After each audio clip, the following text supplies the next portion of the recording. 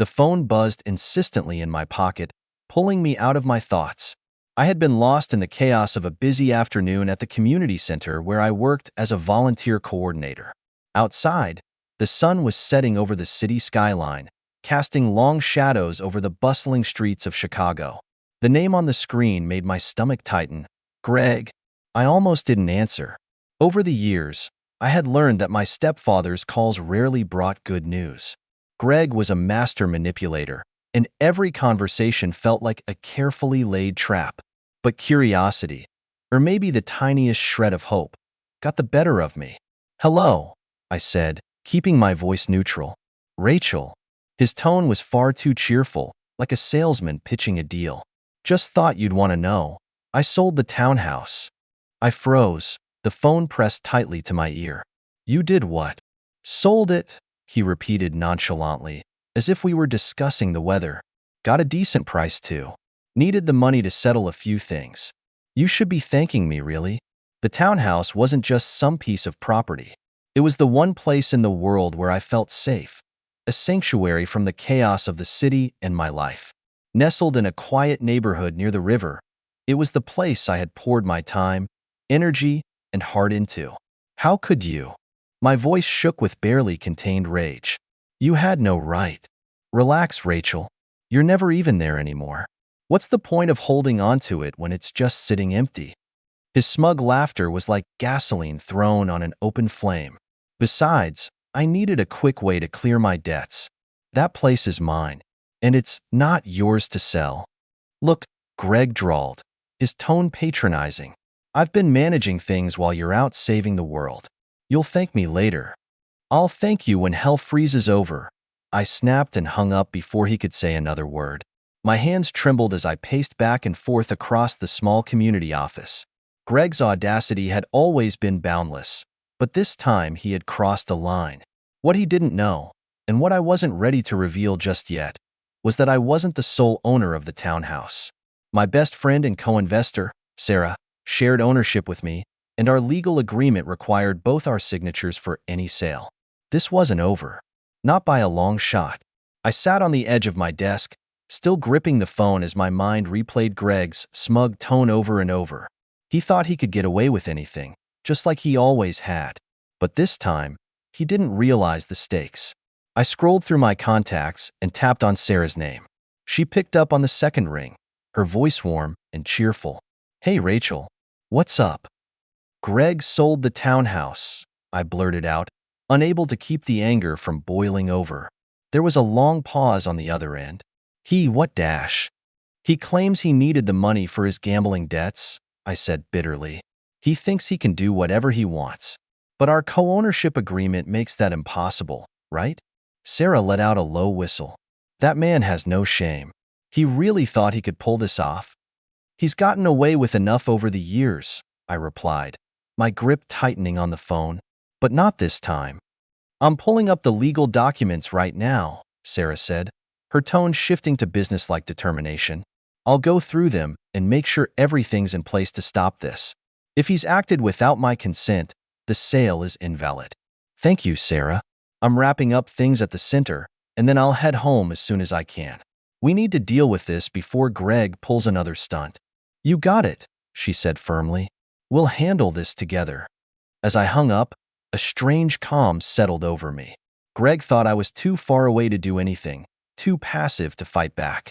But he didn't know who he was dealing with anymore. I wasn't the scared teenager he could steamroll. I was ready for whatever came next. The next few days passed in a blur as I finished my responsibilities at the community center. Despite staying busy, the thought of Greg's betrayal simmered in the back of my mind. The townhouse wasn't just a property, it was a lifeline, a place that had grounded me during life's hardest moments. Late one evening, I finally arrived home. The townhouse stood in its usual place, nestled between two brownstones on a quiet Chicago street.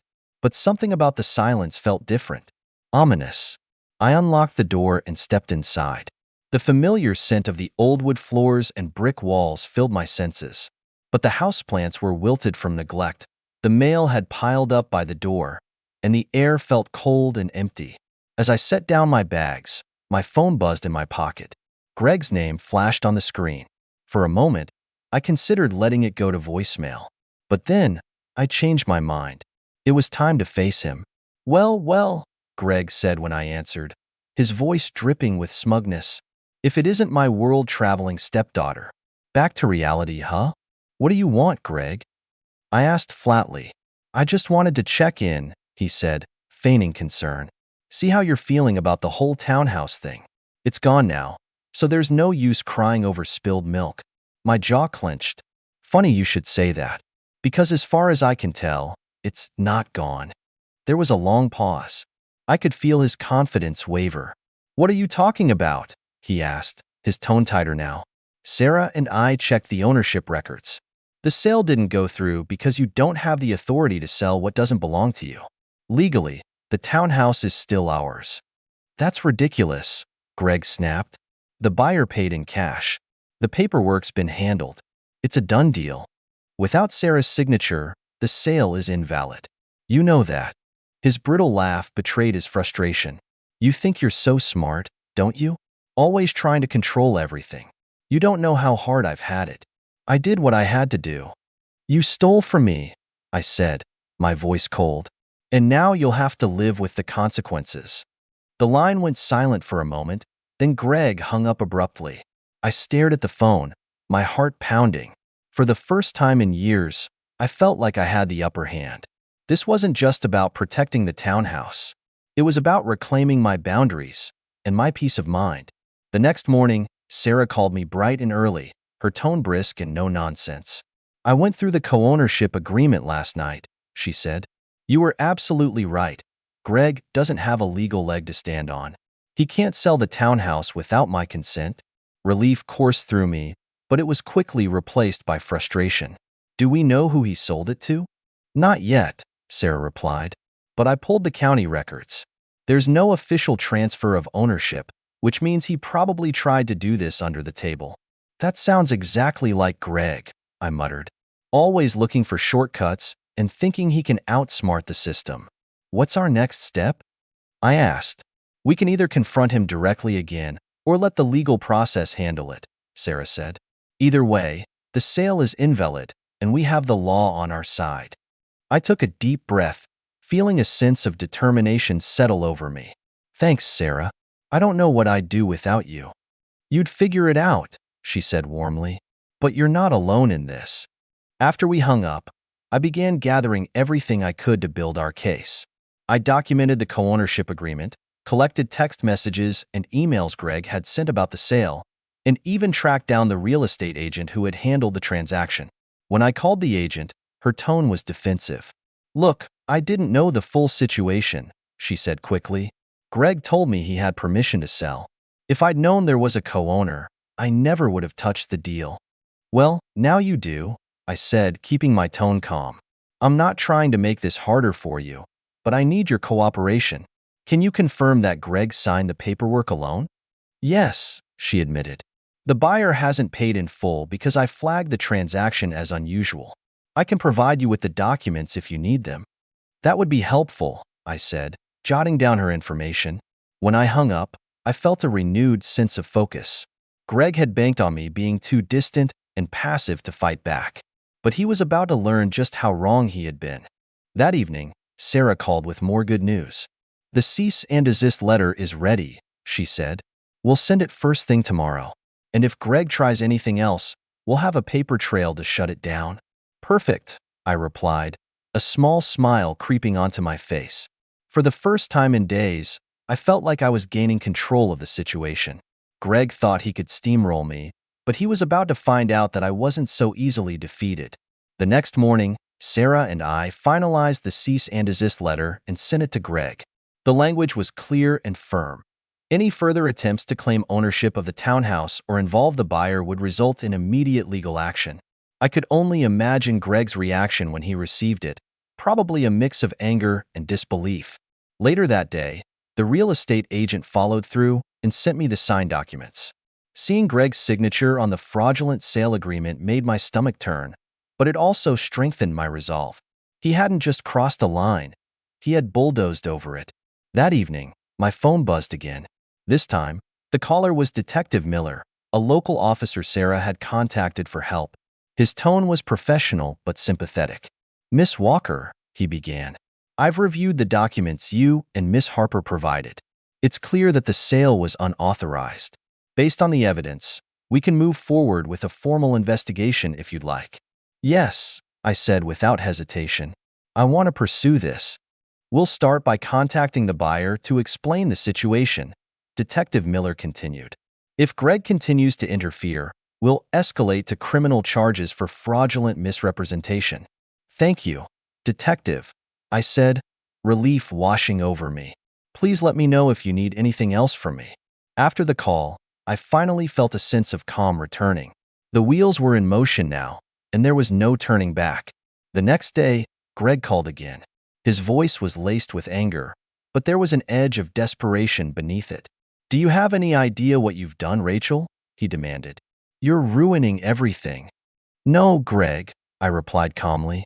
"I'm protecting what's mine. You did this to yourself." "You've always been so ungrateful," he sneered. "I stepped in when your mom couldn't handle things, and this is how you repay me?" I couldn't help but laugh bitterly. "You didn't step in, you took over. You manipulated, lied, and used people to get what you wanted. And now you're paying the price." He started to argue, but I cut him off. "This conversation is over. If you have anything else to say, take it up with my lawyer." I hung up, my heart racing. For years, I had let Greg manipulate situations and take advantage of my patience. But not anymore. I was finally in control. 2 days later, Detective Miller called with an update. "Miss Walker, we've spoken with the buyer, and they've agreed to halt the transaction. They were unaware of the co-ownership agreement and are fully willing to cooperate with the investigation." Relief flooded through me. "Does this mean the sale is officially voided?" "Yes," he confirmed. "The townhouse remains under you and Miss Harper's ownership. However, we will keep the case open to address your stepfather's fraudulent actions. Do you wish to press charges?" I hesitated for only a moment. "Yes," I said firmly. "I want him held accountable." "Understood," Detective Miller said. "We'll proceed accordingly. Thank you for your cooperation." After the call, I let out a deep breath. The townhouse was safe, and Greg's schemes were unraveling. Later that afternoon, I called Sarah to share the news. "The sale is officially void," I told her. "The buyer's backing out, and the townhouse is ours again." "That's a huge win," Sarah said, her excitement evident. "What about Greg?" "The police are moving forward with their investigation. He's not getting away with this." "Good," she said. "It's about time someone stood up to him." Her words stuck with me long after we hung up. For years, I had let Greg get away with so much. His manipulations, his entitlement, his complete disregard for boundaries.